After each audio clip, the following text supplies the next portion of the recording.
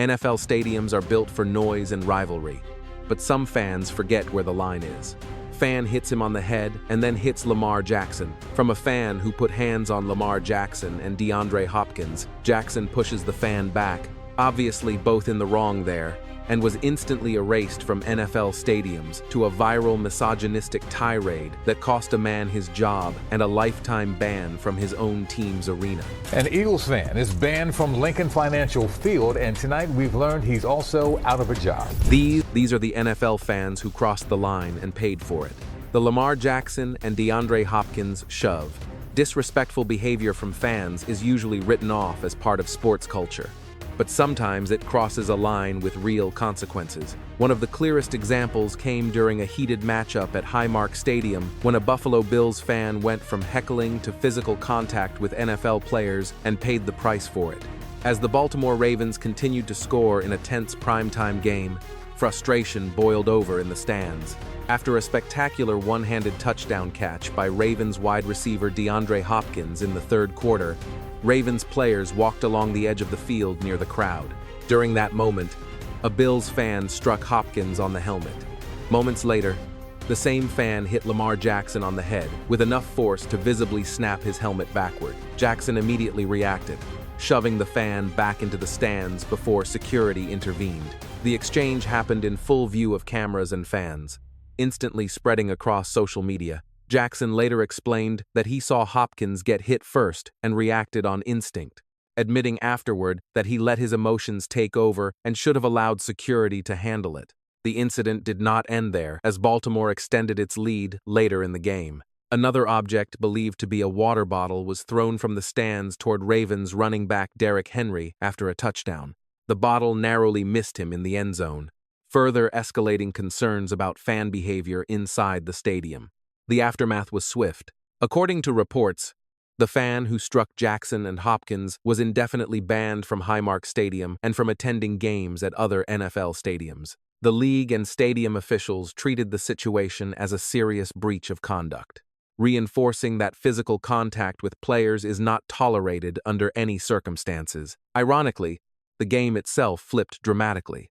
Despite Baltimore's earlier dominance, the Bills mounted a furious fourth-quarter comeback. Josh Allen led multiple scoring drives, and Buffalo ultimately won on a last-second field goal, sending the home crowd into celebration. Though one fan was no longer part of it, the viral misogynistic tirade. Disrespectful behavior from fans doesn't just ruin the atmosphere at a game, it can have real consequences. One striking example happened during the Eagles' NFC wildcard win at Lincoln Financial Field, when a Philadelphia fan crossed the line with a rival supporter and ended up paying the price. The fan, later identified as Ryan Caldwell, was captured on video verbally attacking a female Green Bay Packers fan, Alli Keller, during the game. What started as casual banter quickly escalated into a misogynistic tirade. Caldwell, wearing an Eagles jacket, leaned over and cupped his hands over his mouth, hurling insults that became increasingly personal and aggressive.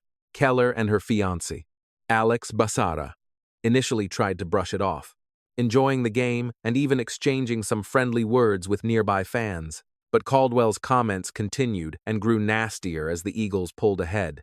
The confrontation was tense. Keller and Basara felt trapped in a hostile environment surrounded by Eagles fans. Keller explained that escalating the situation could have turned physical, and with no security immediately nearby, she worried about being targeted herself. Eventually, the incident was recorded on a cell phone, which helped de-escalate things and provided evidence afterward. The consequences for Caldwell were swift. Once the video went viral, online investigators and journalists traced him to his employer, BCT Partners, a New Jersey management consulting firm. The company condemned Caldwell's behavior, calling it vile, disgusting, and unacceptable, and confirmed that he had been terminated. Randall Pinkett, founder of BCT Partners, emphasized that Caldwell's actions were diametrically opposed to the company's values of respect, dignity, and inclusion. In addition to losing his job, Caldwell faced repercussions from the league. Officials announced that he would never be permitted to attend another Eagles home game, effectively banning him from Lincoln Financial Field for life. The dual consequences reinforced that NFL fans are expected to behave responsibly, and crossing the line can lead to permanent consequences. Caldwell later issued a public apology, acknowledging that what began as playful banter had spiraled out of control. He apologized to Keller, her fiancé, his family, his former employer, and fans of both teams, admitting his words were unforgivable and expressing regret for the incident. Federal Hill assault arrest. Sometimes being an angry fan crosses the line. One clear example happened in Baltimore after a Ravens versus Washington Commanders matchup, when a fan went from cheering to attacking strangers and faced serious consequences. The fan, John Callis, was captured on video assaulting two young men wearing Commander jerseys near Cross Street Market in Federal Hill on October 13, 2024. Callis, wearing a Ravens jersey himself, struck the men without provocation, forcing them to flee. When they returned to retrieve personal belongings, including phones and a wallet, Callis attacked again, this time also striking a third man who tried to help. One victim suffered a concussion and memory loss, while the others sustained minor injuries. The attacks were random, unprovoked, and driven solely by team loyalty. Authorities quickly charged Callis with 1 count of first-degree assault and 3 counts of second-degree assault, carrying a combined maximum sentence of 55 years in prison. At his bail hearing, prosecutors described the assault as vicious and humiliating, emphasizing the fear and trauma it caused the victims. The judge denied Callis's request for bail, calling the evidence strong and highlighting the severity of his actions. Callis's history made the situation even worse. He had a prior record of alcohol-fueled assaults. In 2021, he received probation after knocking a man unconscious, and in 2020, he was given probation for a similar incident in Delaware. Additionally, he admitted to daily drug use for 4 years, including the day of the attacks. Following the viral video, his employer, Maury Donnelly and Par Inc., terminated him, leaving him without work in addition to facing legal consequences. In court, Callis pleaded guilty. The judge sentenced him to 10 years in prison with all but 105 days suspended, meaning he had already served the jail portion. Beyond incarceration, he was ordered to complete 5 years of supervised probation, over $4,000 in restitution, 90 Narcotics Anonymous meetings, anger management classes, and 100 hours of community service in Baltimore. He also had to enter an inpatient drug treatment program in Sarasota, Florida, followed by outpatient treatment. The agreement prohibited him from monetizing or sharing the viral video of the attack on social media. Baltimore city officials made it clear that Callis's actions were unacceptable. State's attorney Ivan Bates called the behavior abhorrent and emphasized that hate-filled acts and random violence would not be tolerated. The victims, meanwhile, expressed relief that justice had been served and that the plea held Callis accountable without prolonging further trauma. Callis's attorney added that the resolution also created a path for rehabilitation, aiming to address the underlying issues that led to the attacks. Bobby Wagner's protester tackle. Some fans take their support too far, and sometimes it puts everyone at risk. One clear example happened during Monday Night Football at Levi's Stadium, when a Los Angeles Rams fan ran onto the field carrying what appeared to be a device emitting pink smoke. The incident occurred shortly before halftime during the Rams' 24-9 loss to the San Francisco 49ers, catching players, coaches, and security off guard. As the fans sprinted toward the Rams' sideline, linebacker Bobby Wagner immediately noticed the potential danger. Security personnel were nearby, but seemed unprepared to handle the situation alone. With no time to hesitate, Wagner stepped in, intercepting the fan and delivering a solid hit that stopped the intrusion in its tracks. Rams teammate Takkarist McKinley moved in to assist, ensuring the fan could not cause further disruption. Wagner later explained the decision. That's not making a play. That's keeping it safe. You don't know what that fan got or what they're doing. You see it all the time, and we don't know what they're carrying in their pockets. It's whatever that little smoke stuff is. But that stuff could be dangerous. The impact left a visible mark near the 40-yard line, a reminder that field invasions can have real physical consequences for both fans and players. Wagner's quick thinking prevented a potentially hazardous situation from escalating. 49ers coach Kyle Shanahan even praised the action, saying, "I saw Bobby Wagner take somebody out. That was kind of cool to see. This was not an isolated event."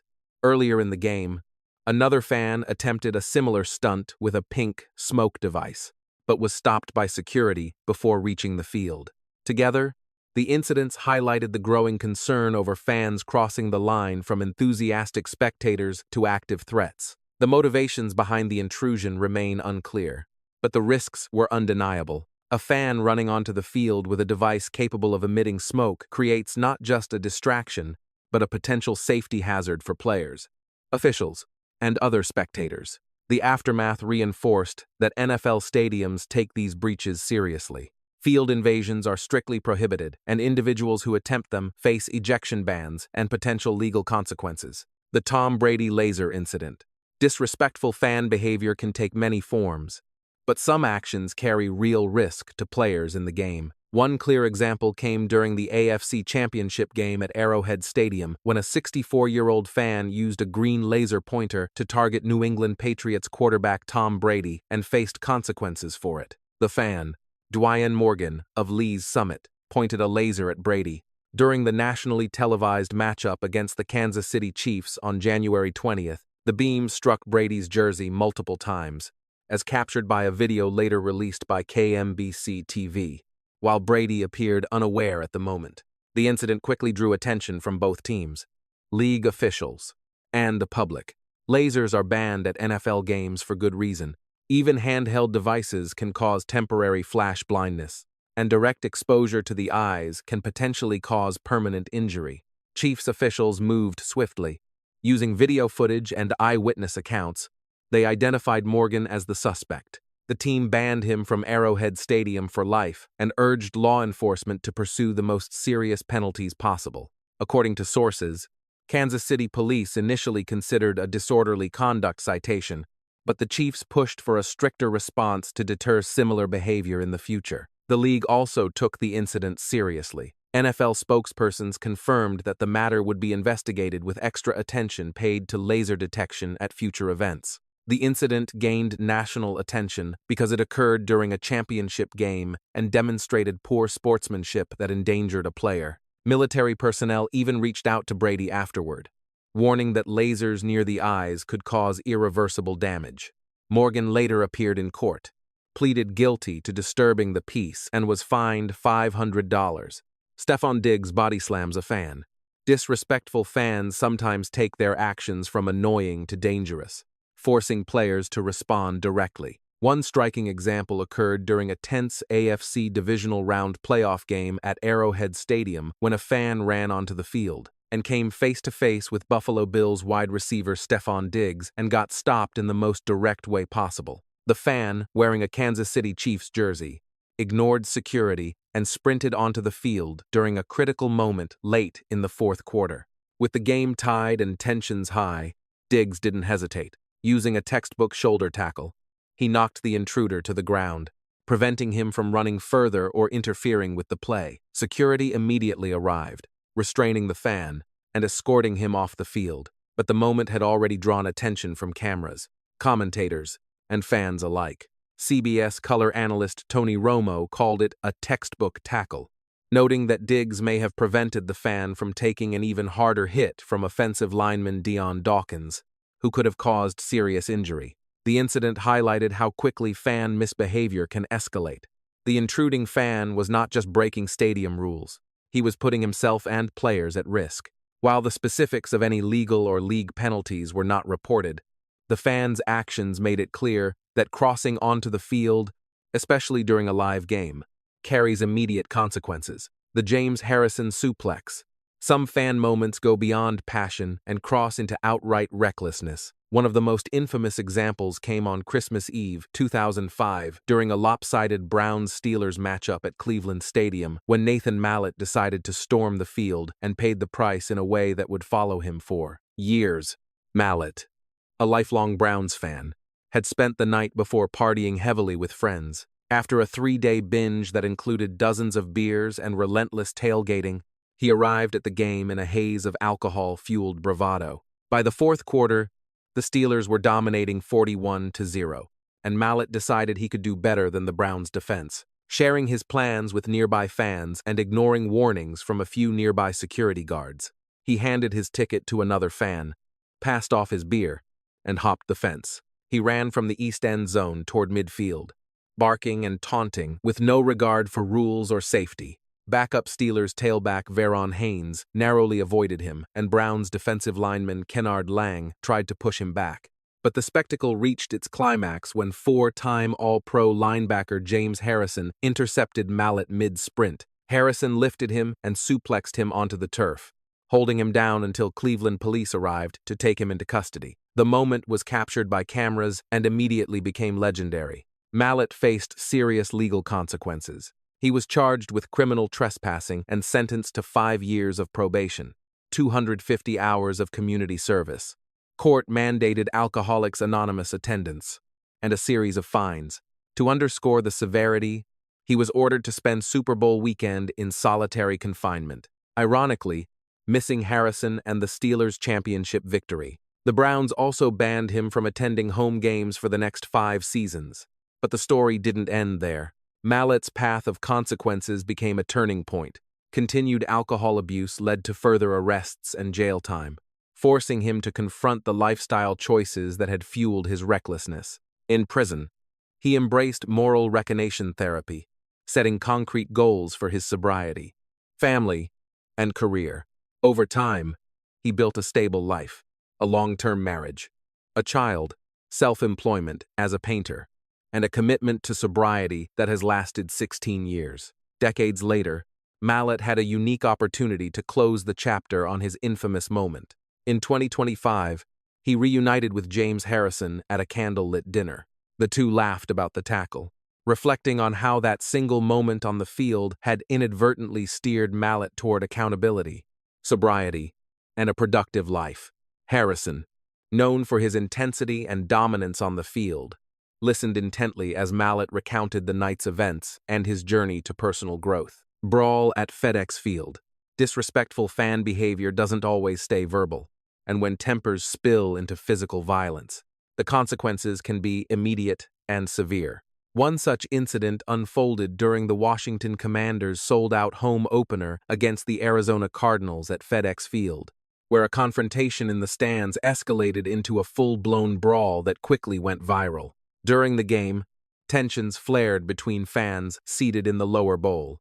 Video footage shows a man wearing a Baltimore Ravens jersey arguing with a Commanders fan before the situation turned physical. What began as trash talk escalated into shoving, sending multiple people tumbling into a crowded staircase as surrounding fans yelled and pushed as the chaos spread. Another angle showed a man repeatedly striking a restrained fan while nearby stadium staff hesitated before intervening. The restrained fan was later identified as Martino Anora. According to Anora, the confrontation started when a fan seated in front of him became verbally disrespectful. After exchanging words, Anora said the fan nudged his shoulder. Anora responded by nudging back, at which point another individual shoved the entire aisle, knocking Anora and his girlfriend to the ground. In the confusion, Anora was grabbed from behind and had his arms restrained, believing the person restraining him was event staff. Anora did not resist until another fan stepped in and struck him multiple times in the face while he was defenseless. Video evidence supported Anora's claim that he was being held when the punches landed. Despite this, Anora said stadium personnel failed to immediately stop the assault. Afterward, as he was escorted out, Anora questioned why the attacker was allowed to return to his seat while he was being ejected. The following day, Anora sought medical evaluation for a possible concussion. The aftermath raised serious concerns about crowd control. CSA, the company providing ushers and event staff, stated their personnel were several rows away when the incident began and claimed the short clips did not show the full context. However, Apex Security Group could not confirm whether their team reached the scene in time. Fans and viewers criticized the delayed response, especially footage showing a staff member watching as the assault continued. Ultimately, law enforcement became involved. According to Commanders officials, security removed the individuals involved, and one fan was transported to the hospital before being arrested by Prince George's County Police. Honora himself was arrested and charged with trespass, disorderly conduct, and second-degree assault. These charges came after allegedly striking a police officer during his removal, a claim he strongly denies. Honora maintains that video evidence shows he never threw a punch and was assaulted while restrained. Despite the conflicting accounts, the consequences were decisive. Honora was permanently banned from FedEx Field. Honora later described the experience as humiliating and traumatic, saying the viral footage made reliving the assault unavoidable. Green toy on field. Disrespectful fan behavior is often dismissed as harmless antics, but when it disrupts the game and crosses into public indecency, consequences follow quickly. One such incident occurred during a Cleveland Browns versus Cincinnati Bengals matchup at Huntington Bank Field when a fan turned a routine NFL game into a viral spectacle. During a Bengals offensive drive in the second quarter, a fan threw a green adult toy onto the field from the dog pound, the Browns' notoriously rowdy East End zone section. The object landed in clear view of players, officials, and broadcast cameras. Immediately halting play, a referee picked it up and tossed it toward the sideline, where stadium security removed it from sight to allow the game to continue. The moment spread rapidly across social media, drawing ridicule and criticism as viewers questioned how such an item made it into the stadium in the first place. While the individual responsible at the Browns-Bengals game was not publicly identified, the incident was not isolated. Similar objects were reported on the field during a Colts-Dolphins game in Indianapolis and during a preseason matchup between the Minnesota Vikings and Tennessee Titans. The trend extended beyond the NFL, with multiple incidents occurring across WNBA arenas earlier in the year. Those incidents resulted in real legal consequences. In late July, police in Crawford County, Georgia, arrested 23-year-old Delbert Carver after an adult toy was thrown onto the court during a WNBA game in Atlanta. He was charged with disorderly conduct, public indecency, and criminal trespass. In another case, 18-year-old Caden Lopez was arrested at a Phoenix Mercury game after throwing a similar object that struck a man and his 9-year-old niece in the stands. Weeks later, New York police arrested a 32-year-old man from Ohio after a thrown object hit multiple fans during a game at Barclays Center. Although the Browns-Bengals game resumed without further interruption, the league-wide response was clear. Stadiums reinforced screening procedures and leagues reiterated that disruptive behavior, especially involving obscene objects, would not be tolerated. Let us know your thoughts in the comments section. And before you leave, don't forget to like this video and subscribe to NFL Rivals so you don't miss the next ones.